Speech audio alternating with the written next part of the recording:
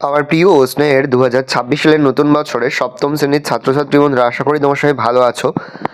আজ আমরা যে বিষয়টি নিয়ে আলোচনা করব, সপ্তম শ্রেণীর সেকেন্ড ইউনিট টেস্ট অর্থাৎ দ্বিতীয় পর্যায়ক্রমিক মূল্যায়নের বাংলার কোশ্চেন পেপার নিয়ে। দেখো, সরাসরি স্ক্রিন নাম্বার ক্লাস 7-এর বাংলার কোশ্চেনটা দেখতে পাচ্ছ। ফুল মার্কস আমাদের হচ্ছে 50, সময় তোমাদের রয়েছে 1 ঘন্টা 45 মিনিট। একে দাগে সঠিক উত্তর নির্বাচন করো যে কোনো 12টি প্রশ্নে, মান 1 করে 1 × 12 = 12। মানুষ যে দৌড়ে চ্যাম্পিয়ন তা হলো আবিষ্কারের, হাঁটার, মনের, কল্পনার। মনের। ওরে রমা ছুটে আয়, নিয়ে আয় খাতা, পেন্সিল, লণ্ঠন, নোট বই। লণ্ঠন। মেঘচোর গল্পে পুরন্দর চৌধুরীর ভাইয়ের নাম কী ছিল? সুজয়, বিজয়, দিগ্বিজয়, গিদ্রাগত। দিগ্বিজয়। জনগণমন গানটি প্রথম গাওয়া হয় 1911 ডিসেম্বর, 1911 26 ডিসেম্বর, 1911 28 ডিসেম্বর, 1947 খ্রিস্টাব্দে 15ই আগস্ট। উত্তর 1911 খ্রিস্টাব্দে 27 ডিসেম্বর। নেতাজি যে জায়গায় বক্তৃতা দিতে এসেছিলেন সেটি হলো, নেতাজির বক্তৃতার আগে নজরুলের গান। স্মৃতিচিহ্ন কবিতায় নামগুলি কোথায় ভেসে যায়? নদীর জলে, পুকুরের জলে, সমুদ্রের জলে, কাল নদী জলে। কাল নদী জলে। সন্ধ্যায় কোথায় জনমত তৈরি হয়?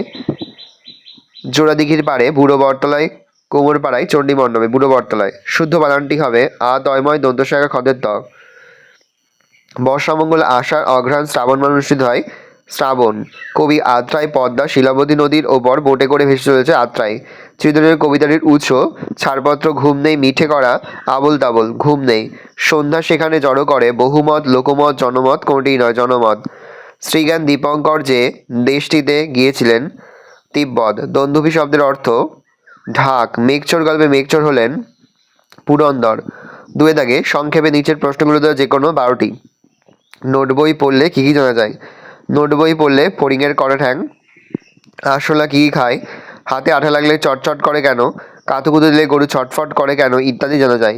কে কোথা থেকে কোথায় মেঘ এনেছিল? পুরন্দর চৌধুরী সাইবেরিয়া থেকে মেঘ নিয়ে এসেছিলেন সারা মরুভূমিতে এবং সেখানে 1 মাসে 100 ইঞ্চি বৃষ্টিপাত ঘটিয়েছিলেন।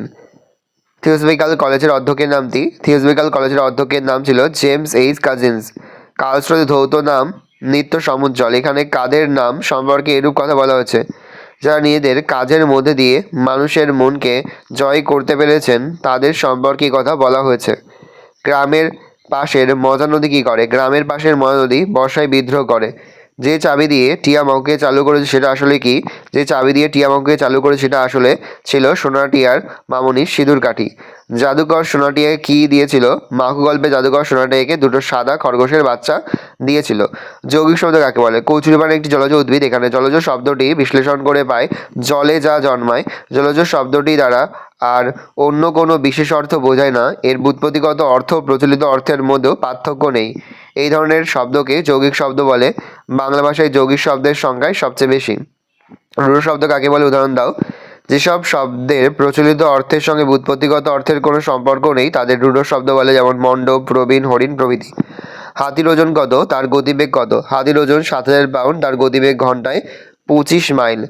মানুষ কিভাবে চ্যাম্পিয়ন? মানুষ মনের দৌড়ে চ্যাম্পিয়ন। হার্ভার্ড বিশ্ববিদ্যালয় কোথায়? হার্ভার্ড বিশ্ববিদ্যালয় মার্কিন যুক্তরাষ্ট্রে অবস্থিত। তুমি একটা স্পাই, কাকে স্পাই বলা হয়েছে? মেঘচোর গল্পে এখানে কার্পভের মেয়ে অসীমাকে স্পাই বলা হয়েছে। ভানুসিংহ কার ছদ্মনাম? রবীন্দ্রনাথ ঠাকুরের ছদ্মনাম ভানুসিংহ। শান্তিনিকেতনের মাথায় বৃষ্টি নামলে প্রকৃতির রূপ কেমন হয়?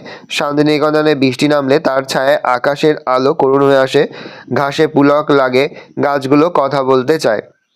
3 দাগে নিচে যে কোনো একটি প্রশ্ন উত্তর প্রশ্নের মান রয়েছে। যেখানে 3টি প্রশ্ন উত্তরের প্রশ্নের মান 3 করে, 3 × 3 = 9। বাইরের চলাটা আসল নয়। লেখকের মধ্যে আসল চলা কোনটি?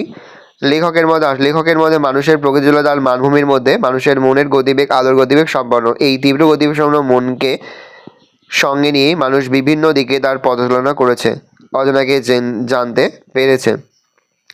অসীমা কেন পুরন্দরকে ফেরিওয়ালা বলে ব্যঙ্গ করেছে? ফেরিওয়ালা যেমন নানা রকম সামগ্রী নিয়ে বিভিন্ন জায়গায় ফেরি করে বেড়ায়, পুরন্দর চৌধুরীও তেমন পৃথিবীর বিভিন্ন দেশে মেঘ ফেরি করে বেড়াতে চেয়েছিলেন। আলাস্কার লেক স্লেভার জল শুকিয়ে ফেলে তিনি 95,000 কিউবিক মাইল আয়তনের এক বিশাল জলভার মেঘ তৈরি করতে এবং তা বিভিন্ন দেশে ফেরি করতে চেয়েছিলেন। তাই অসীমা তাকে ফেরিওয়ালা বলে ব্যঙ্গ করেছেন। সবাই একেবারে স্তব্ধ হয়ে গেল। কোন সভা? তা স্তব্ধ হয়েছিল কেন? সবার পরিচয়। প্রশ্নোত্তর অংশটিতে ব্রিটন স্ট্রিটের কাছে সরকার বাগানে নিজের বক্তৃতা সভার কথা বলা হয়েছে। স্তব্ধতার কারণ। লিখবে নেতাজির বক্তৃতা সভায় নজরুল দেশাত্মবোধক গান গেয়েছিলেন। নেতাজির বক্তৃতার আগে নজরুলের গান হবে, এটি ছিল তখনকার স্বদেশ মিটিংয়ের রীতি। সেই গান শুনেই সভা স্তব্ধ হয়ে যায়। কলকাতা শহরটা আমি মোটেই পছন্দ করি নে। কবির এই অপছন্দের কারণ কি? কবি রবীন্দ্রনাথ ছিলেন প্রকৃতিপ্রেমী। শহর কলকাতায় খোলামেলা প্রকৃতিকে তিনি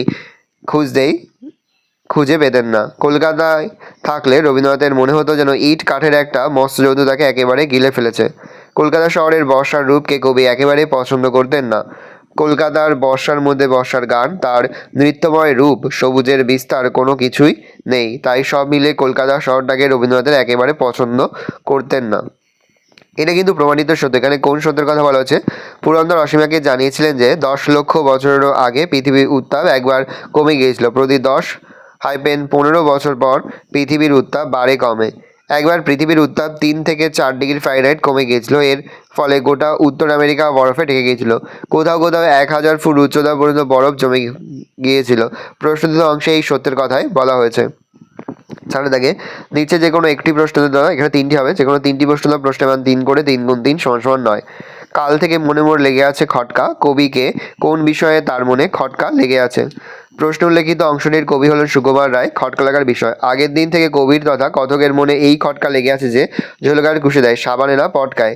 মেঝে থেকে খুঁচিয়ে এই প্রশ্নের উত্তরটা জেনে নেবেন বলে সেটা তিনি তার নোটবুকে গুছিয়ে লিখে রাখতে চেয়েছেন। মূঢ় ওরা। কবিতায় তাদের মূঢ় বলা হওয়ার কারণ কি? শ্রীজীর্ণ কবিতায় কবি অতীতের সাম্রাজ্যলোভী শাসকদের মূঢ় বলেছে, কারণ ওই শাসকরা ক্ষমতা বলে সাম্রাজ্য জয় করলেও সাধারণ মানুষের মঙ্গলের কথা ভাবেননি। ক্ষমতার বলে নির্মিত তাদের অট্টালিকাগুলি মানুষের মনকে এতটুকু স্পর্শ করেনি। তাই শাসকদের মৃত্যুর সঙ্গে সঙ্গে মানুষের অবহেলাতে অট্টালিকাগুলিও আস্তে আস্তে ধ্বংস হয়ে গেছে। তাই শাসকরা মূঢ়, কারণ তারা বুঝতে পারেনি যে কেবল ইট পাথরের স্মৃতিচিহ্ন নির্মাণ করে মানুষের অমরত্ব লাভ করতে পারে না। কালের নিয়মে তাদের সব স্মৃতিস্তম্ভই একদিন ধুলোয় মিশে যাবে। ঠাকুমা গল্প শোনায় যে নাতনিকে। ঠাকুমা কখন এবং কী গল্প শোনায়? গ্রামে যখন রাত্রি নেমে আসে তখন দাওয়ায় বসে অন্ধকারে ঠাকুমা তার নাতনিকে গল্প শোনায়। ঠাকুমা তার নাতনিকে শোনায় দুর্ভিক্ষে মানুষের গ্রাম ছাড়ার গল্প। কীভাবে আগের বারের আগালে দিশেহারা হয়ে গ্রামের লোকেরা নানান দিকে চলে গিয়েছিল, সেই গল্পই শোনায় ঠাকুমা। মানুষ কিভাবে নিজের স্মৃতিচিহ্ন ধরে রাখতে পারে? নিজের কাজের মধ্যে দিয়ে যখন মানুষ মনকে জয় করা যায়, বা নিজের কাজের মধ্যে দিয়ে যখন মানুষের মনকে জয় করা যায়, তখনই নিজেকে সেখানে প্রতিষ্ঠা করা সম্ভব হয়। ক্ষমতাবান শাসকরা অট্টালিকা বা স্মৃতিসৌধ নির্মাণ করলেও তা ধ্বংস হয়ে যায়, কিন্তু মানুষের মনে যাদের স্থায়ী আসন তারা অমর হয়ে থাকেন। বলবে কি তোমরাও নোট বই পড়োনি? নোট বই পড়লে আর কি কি জানা যাবে? ফড়িংয়ের কটা পা, আরশোলা কি খায়, আঙুলেতে আঠা লাগলে আঙুল কেন চটচট করে, কাঁদুকুতু দিলে গরু ছটফট করার কারণ ইত্যাদি বা বিষয়গুলি কথক দেখে এবং শিখে নোট বইয়ে লিখেছেন। এছাড়া জোয়ানের আরেক ঝাঁজ থাকা, তেজপাতার তেজ থাকা বা লঙ্কার ঝাল হওয়ার প্রকৃত রহস্য কি, তা নোট বই থেকেই জানা সম্ভব। এর বাইরে নোট বই থেকে পাঠক আরও কিছু জেনে নিতে পারবেন, যেমন পেট কামড়ানো কিংবা নাক ডাকার আসল কারণ, পিলে চমকানোর ব্যাখ্যা বা দুন্দুভি কার নাম, অরণি কাকে বলে, এই সব কিছুই। বাজে দাগে নিচে যে কোনো একটি প্রশ্ন দেওয়া, প্রশ্নের মান 3। হোটেল বলে হোটেল, সে এক ইলাহি ব্যাপার। ইলাহি ব্যাপারের বর্ণনা দাও। দেখে নাও, আস্তে স্ক্রল ডাউন করছি, ভালো করে দেখে এটা তোমাদের 101 পার্ট থেকে দেওয়া হয়েছে। পরে রয়েছে স্বর্গের শুরু আর বর্ণনা দাও, তোমাদের 101 পার্ট মাকু থেকে দেওয়া হয়েছে, ভালো করে দেখে নাও। 6 দাগে যে কোনো একটি বিষয়ে প্রবন্ধ রচনা করো, প্রশ্নের মান 6। প্রথমটি ভীষণ গুরুত্বপূর্ণ একটি প্রাচীন বটগাছের আত্মকথা। দেখে নাও, আস্তে আস্তে স্ক্রল ডাউন করছি।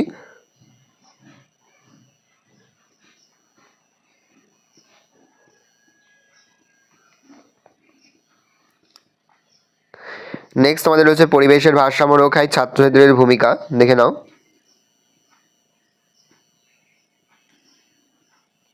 ভালো করে।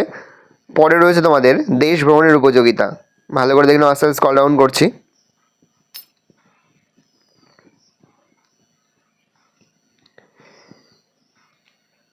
এই রয়েছে টোটাল তোমাদের সেকেন্ড ইউনিট টেস্ট, অর্থাৎ দ্বিতীয় পর্যায়ক্রমিক মূল্যায়নের ক্লাস 7-এর বাংলার প্রশ্নপত্র। ভালো করে প্রশ্নপত্রটা দেখে নাও।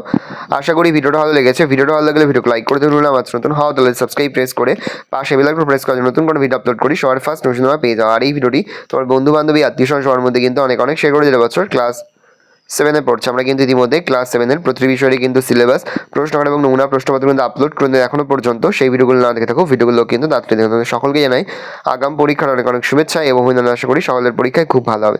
কোনো প্রশ্নের উত্তর লিখতে বা বুঝতে কোনো রকম অসুবিধা হয় তাহলে কিন্তু নির্দ্বিধায় কমেন্ট করে জানাতে একদমই ভুলবে না। ভালো করে দেখে নাও।